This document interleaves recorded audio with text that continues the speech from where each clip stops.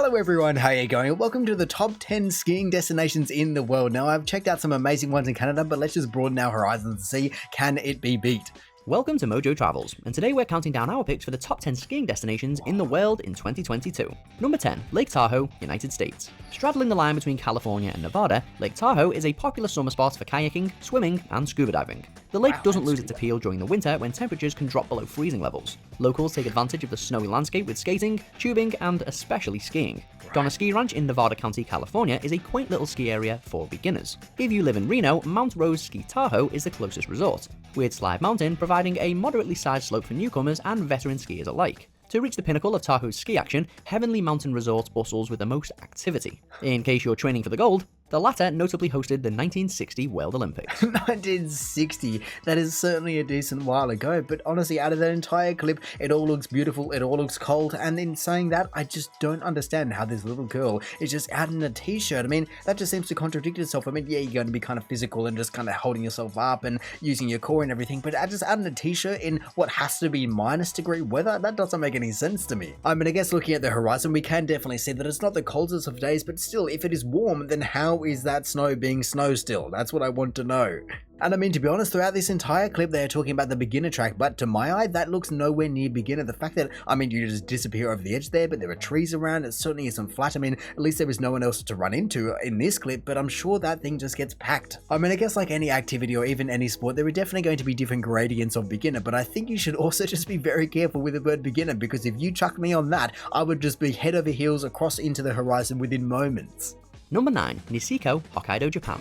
Niseko's defining landmark is easily Mount Yotai, an inactive volcano that has been described as Hokkaido's equivalent to Mount Fuji. While Fuji has a much higher elevation, climbing and skiing down Mount Yotai isn't for greenhorns. Thankfully, the town has several areas for skiing that can accommodate a wide range of different skill levels. Niseko United encompasses 4 of these resorts, the biggest of which is Niseko Grand Hurofu, with 30 courses. Niseko Village follows with 27 courses, Niseko Annapuri has 13, and while Niseko Hanazono only has 8, they're among the best Niseko has to offer. From Annapuri, you can reach Niseko Moiwa, which also has 8 courses. Finally, there's Niseko Weiss, which is great for private parties and can be accessed via snowcart. Private parties, am I hearing that right, that you can hire out an entire mountain or at least an entire slope to yourself? I mean, that must be costing so much money, but I guess there is certainly going to be a market for it somewhere in the world. Either way, I always just get amazed with the kind of just marshmallow tops that all of these buildings in these snowy environments have. They just look so fake, especially considering that I'm looking around and I'm not still seeing a particularly pitched roof, and so even pitched roofs can just get covered in this beautiful blanket of snow, let alone flat roofs like that. Honestly, it just looks like that perfect icing, the fondant icing, is that what it's called? Either way, the one that is kind of looks good but isn't really that nice to eat. But no, coming back to the mountain itself, look at that. That is honestly a remarkable view, and I don't remember, can you actually ski down the volcano? I mean, that in itself is a little bit contradictory. You know, you had T-shirt girl last time, and now you have a volcano that has snow in it. Albeit it is a dormant volcano, but it is still a volcano, for goodness sake. And look, they also did mention that it's nowhere near the height of Mount Fuji, but honestly, I think that is a much nicer looking mountain, especially to ski down the Mount Fuji. Mount Fuji is just so bleak in that kind of mid-range where it's just dirt, where nothing grows, but it's just not cold enough to be snowing year-round just yet. And hey, even though I've never skied in Japan or North America for that instance, I've certainly only heard good things about Japan and Canada and everyone else combined, especially in comparison to Australia. Everyone just goes, it's what we've got and it's the best we've got, but just please, if you can, just travel overseas. Even good to just go to New Zealand, for goodness sake. Everywhere is better than Australia for snow. Number 8, Val d'Isère, France. Some of the finest skiers of all time have graced the slopes of Val d'Isère. Jean-Claude Killy, who's won 3 gold medals for alpine events, grew up in this French commune. At the 1992 Winter Olympics, Val d'Isère served as the venue for multiple competitions, including men's downhill. 17 years later, Val d'Isère hosted the FIS Alpine World Ski Championship. On numerous occasions, the FIS Alpine Ski World Cup has been held at Val d'Isère for men and women. Val d'Isère isn't strictly for the pros, however. The combined ski resort of Val d'Isère Tignes, which used to be named after Killy, has over 150 runs, with more than half accommodating newbies and the easygoing crowd. That's good. Of course, if you're up for a challenge, try the Grand Mott Glacier Run.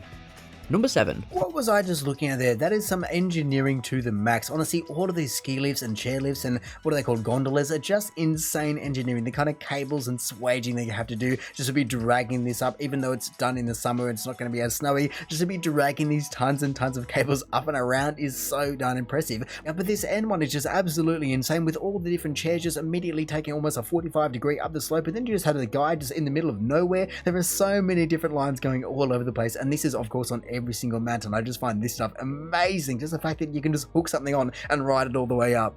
And I guess, to be honest, another thing that I've never seen before is this kind of auto gate system. I feel as though usually I've just seen or heard people just saying, oh, it's just a person that kind of goes, yeah, you next, you next, you next now, and you just have to manage it yourself instead of just going stop, start, like you're going through the train line. But hey, I guess listening to what they were saying, it definitely shouldn't come as too much of a surprise, because it certainly seems to breed a certain kind of pedigree. I mean, for goodness sake, look at that kind of slope. I mean, firstly, I have no idea how they grade that kind of an angle. How is it so smooth? Like, it's almost as though it's been sanded with 1000 grit sandpaper or something like that. I mean, yes, it is snow, but it just looks so good, let alone the entire rest of those French Alps. That is honestly the most ridiculous thing that we've seen so far. Just those constant mountains just continuing on forever. That utter wilderness is just insane. And so honestly, for that view alone, I can understand why people would be wanting to come here, because I want to go there just to be able to see that view. I mean, I'd just be kind of seeing sky, ground, but I would also like to see that view if I get the chance.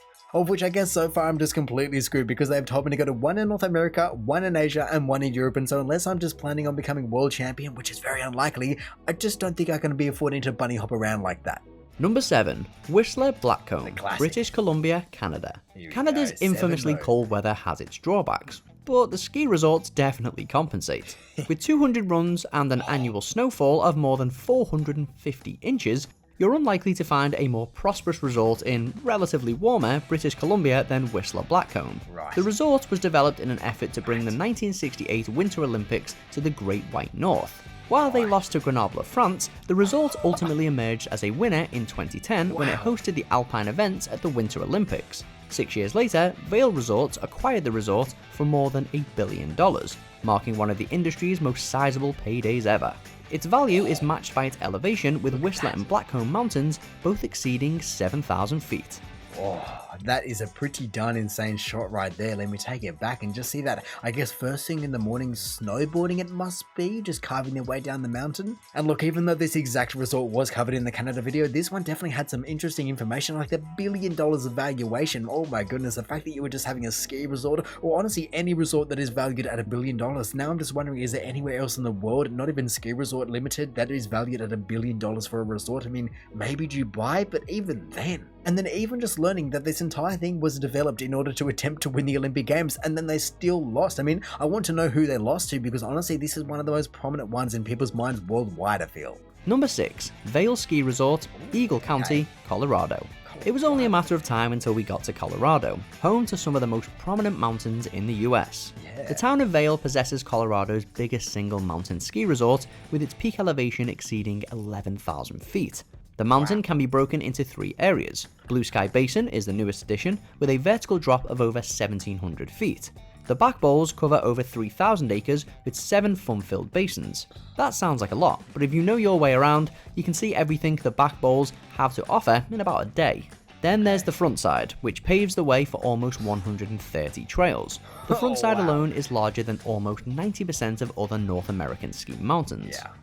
Look, I certainly do not doubt that, and once again, just an incredible view, but honestly, he was saying so many different things that I have no idea about. I mean, I guess if I come back to, where was it, this entire thing, I can see you got like the smooth area, and then the lumpy area, or the bumps and the whoops, or whatever you want to call it, but here he was talking about bowls, and he was talking about other things that just went straight over my head. Either way, it all sounded very, very impressive, but I never would have thought that it would be in Colorado. I just pictured Colorado being, well, very warm for nothing else, kind of like Utah, Colorado, but I guess I'm just completely wrong in that regard. However, listening to it again, there is one thing in particular that stood out to me, and that is the fact that he said it was bigger than 90% of North American mountains. And so now I'm just wondering, and maybe they were covered in this video, but what is the biggest in terms of area or runs or whatever it may be? Just what is the ski resort that has the biggest bowls, the biggest drops, or the most runs, or the most variety? What is it that just can take #1 spot? Number 5. St. Moritz, Switzerland. Switzerland is known for many things, from chocolate to cheese to army knives. More than anything else though, we associate this landlocked country with mighty mountain ranges tailor-made for skiing. St. Moritz is among Switzerland's most celebrated ski destinations, hosting the Winter Olympics twice between 1928 and 1948. The resort town continues to bring the competitive skier spirit, holding the FIS Alpine World Ski Championship yet again in 2017. There are 3 main ski areas in the town's vicinity. Corviglia rests in the west with an elevation of more than 8,000 feet. Pizkovac has it topped at over 10,000 feet.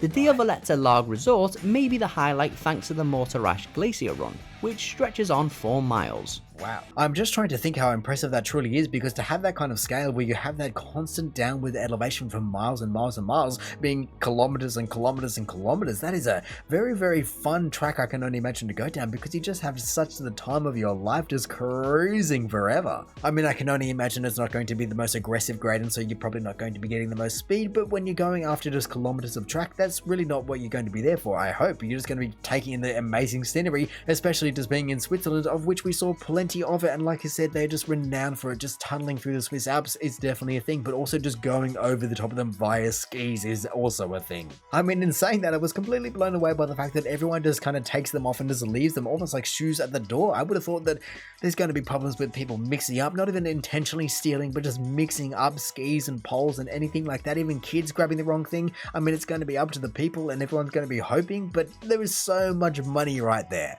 And if someone actually did take your skis, you would be absolutely stranded, especially in this kind of environment. What, you're gonna crawl your way down, just roll your way down, just walk your way down? Absolutely not, especially if it's miles and miles and miles. And so if someone did take your skis, even if they're your friend, that would definitely not be a fun time. Number 4. Park City, Summit County, Utah. When the snow starts falling, tourists flock to Park City for 2 things: the Sundance Film Festival and the slopes. 2 ski resorts attract the most attention. Deer Valley has an award-winning school for new skiers, while regulars will keep coming back for the luxurious amenities, including curbside valets to assist with your gear. Park City Mountain Resort merged with Canyons Village to form one of America's biggest ski resorts. Both will provide a charming backdrop for the 2002 Winter Olympics, which led to the creation of the Utah Olympic Park, where athletes continue to train. Woodland Park City is another smaller scale resort ideal for kids looking to just have fun. Then, in between skiing, maybe kick back with an indie flick. This guy just needs to calm down on all of these words that I have no idea what he's talking about. An indie flick, that's just, what, you go from back to front, or what could it possibly be? Upside down, Miss Jane? What is it possibly going to be? No idea. Alright then, well thanks for not answering that. Either way, like Colorado, I'm just blown away by the fact that all of these Rocky Mountain areas get this cold. I mean, I would have thought they would get dry cold, not wet enough to be producing snow cold. As you know, in the middle of Australia, even though it is all desert, it can still get pretty darn cold, because that heat, even though it's still hot in the day, just immediately dissipates at night, and even though it doesn't snow, you're going to be feeling as though it should. But I just have to listen to what he said here. Deer Valley has an award-winning school for new skiers. Okay, Deer Valley is what I believe it said, and so I just have to keep a mental note of that, and that is where I might have to go. Just an award-winning school that can just teach the impossible. Sign me up. Number 3. Aspen, Pitkin County, Colorado. Speaking of movies, despite being a main setting, Dumb and Dumber was not shot in Aspen. If you want a taste of the real Aspen, there are 4 major areas for skiing. At Buttermilk, kids can get a feel for skiing on the laid-back west side, while parents take the Thai Hack Express. Snowmass provides a nice middle ground for those with some skiing experience, but Aspen Highlands primarily caters to the experts looking to take things up a notch. The city's ski legacy began with Aspen Mountain, or Ajax as most locals call it. There's a reason why Aspen's population is just over 7,000, as it's among Colorado's most expensive cities. Of course, you can't put a price on the view gliding down a rocky mountain. Fair enough, and like I've been saying over and over and over again, it is definitely something that I need to be experienced at some point. But man, to be just going out there and living out there, you are definitely going to be paying for that kind of lifestyle. I can only imagine that if people are going to be just mountain biking in the summer and just skiing in the winter, or at least you'd certainly hope so. Otherwise, a lot of money is going down the drain for no reason. Speaking of money though, I just need to know what that machine dead smack in the middle is. I mean, I can understand what the snowmobiles are just getting from A to B, but what is that big fella, that tractor in the middle? Is it just grading it or giving it the bumps, or I don't even know what you'd call it? Or is it the thing that just gets it perfectly smooth? Or whatever it is, I'm sure it is just doing the Lord's work for anyone that is just an avid skier, just going, yes, that machine is out again. I can't wait to get just first back on it. However, thinking about it, the stereotype is always the fact that people want the fresh powder, and so between the machine and the powder, which one is better, or are they different? Are they used for different purposes? No idea, but please enlighten me. Number 2. Telluride, San Miguel County, Colorado. Once upon a time, Telluride was known for one thing and one thing only: mining. That all changed in 1972, when businessman Joseph T. Zoline officially opened the Telluride Ski Resort. Fast forward almost 50 years later, and this remains one of the country's most revered skiing destinations during the winter season. Featuring 127 runs and 2,000 accessible acres, Telluride has something for every level of skier.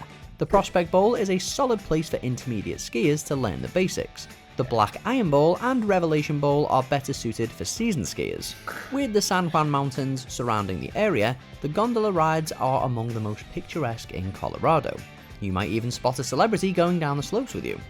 Well, the fact that he just made special mention of the views in comparison to everything else that we have already seen here definitely leaves me longing for more, because yes, we saw that there's the sandbars, which is definitely a kind of juxtaposition there. You've got the sandiness and the white sand, or being the snow, but looking at this, it almost looks as though it's really, really flat, but just elevated to snow level. Like, that is pretty darn insane, especially with what I can only presume are going to be canyons. I mean, actually, this is Colorado, and so is it just sharing in the greater Grand Canyon region? Well, I certainly was not wrong that it's all part of the greater Grand Canyon region. I mean, you can definitely see the difference of that red earth just compared to all this water up here. And hey, even though there is no disputing the fact that this is a very pretty mountain, to be honest, it's kind of like all the other ones, they are all very pretty, but this one just looks really dangerous. In my mind, I just see people just falling off the edge constantly, and I don't know if that's just because that's just my mind just taking me to dark places in comparison to everywhere else, but look at that, it just looks like, okay, you're defined like this, and if you go off, that's it. To be fair though, we certainly did mention that this entire area caters to the full spectrum from beginners to advanced, and especially just going, oh yeah, I think the double blacks are probably more catered towards advanced people. Yeah,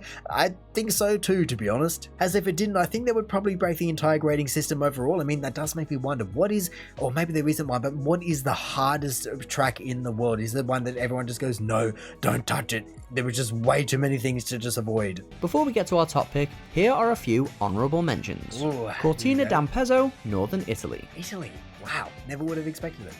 St. Anton, Austria. Okay, slightly more, but fair enough. Jackson Hole, Wyoming. Wow, that looks really different. Why is it so flat right there? Number 1, Zermatt, Switzerland. Wow. Although we were tempted to award our top spot to a Colorado mountain town, the Swiss Alps are the literal pinnacle of luxury skiing, Wow. and nothing can quite top the breathtaking mountains of Zermatt. Among its 4 ski areas, there isn't a more magical destination for families than Seniga Paradise. Wow. The Gorner Gras Railway is the second highest in all of Europe, making going up every bit as exhilarating as skiing down. Yeah. The Klein Matterhorn, or Little Matterhorn, might not reach the heights of its big brother, but it is awe-inspiring as well. Zermatt also offers a splendorous view of the Matterhorn from the Schwarzsee area. Once you've experienced the slopes in Zermatt, it's all downhill from there. Oh, absolutely insane. Look at that kind of peak, and even the fact that they've got a rail line going all the way up there as well. I mean, I guess I shouldn't be too surprised as it is Switzerland, and even though I know that the Swiss are just world-renowned skiers, let alone just the fact that they know how to put on a good ski destination, and they have the land to do it. Even just this beautiful gradient, just from the greens with the mottled whites, just going up into that hard cold rock, into that perfect point. Oh, that is a beautiful shot, especially just the one they started with. What an absolutely insane shot with the Swiss Alps in the background, or just the entire country probably in the background, because for such a relatively small country, man, they put on a hell of a show. And so, to be honest, now that I have heard the number 1, I'm completely torn, because for so long it was going, well, I think Colorado or those kind of places are going to be the place to go, because you have so much variety and apparently so much quality in one particular area. But then, of course, the Swiss just have to come in and just try and nab it back, just go fishing and just go, nah, come to Europe instead. We've got what you want.